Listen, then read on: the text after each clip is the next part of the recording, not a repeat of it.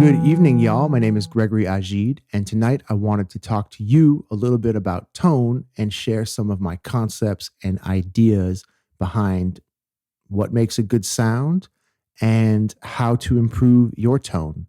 So, first of all, tone is so important because it is actually our first musical impression.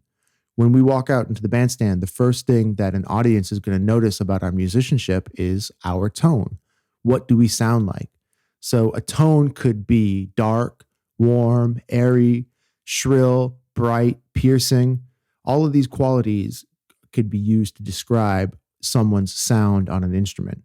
Just like each one of us has a unique voice, it's important to develop a unique sound on your instrument, especially as a jazz musician. So how do you develop a unique sound on your instrument? The first thing you need to do is listen to as many players as possible. The most important thing you can do is have a deep understanding of the lineage of your instrument and the different types of sounds that can be created on your horn, like a classical clarinet sound or a jazz clarinet sound or a klezmer clarinet sound. It's also really important to understand what the greats sounded like. It's important to know the difference between Sidney Bechet's tone and Benny Goodman's tone and Buddy DeFranco's tone. A great exercise for musicians is to come up with a list of your favorite tones. So my favorite sounds would be Alvin Baptiste, Victor Goins, and Eddie Daniels. What you want to do is ask yourself, why do I love these sounds?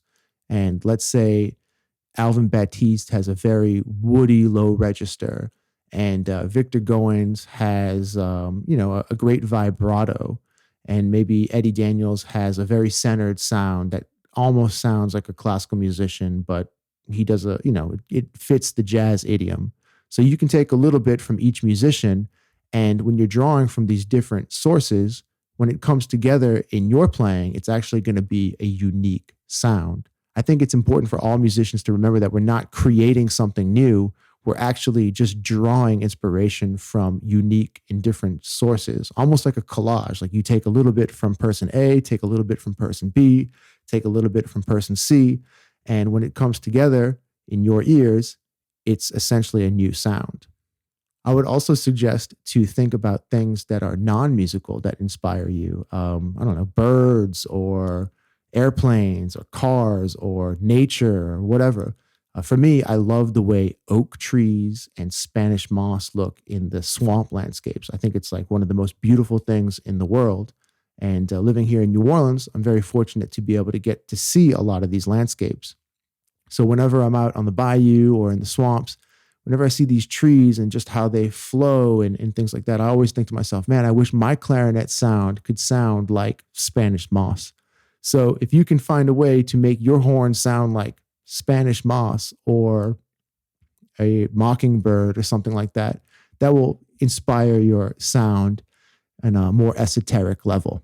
So once you've developed a concept on your sound, you want to practice long tones. Long tones are so important because as instrumentalists, we have to learn how to play our instrument and how to direct our airflow in the most efficient way.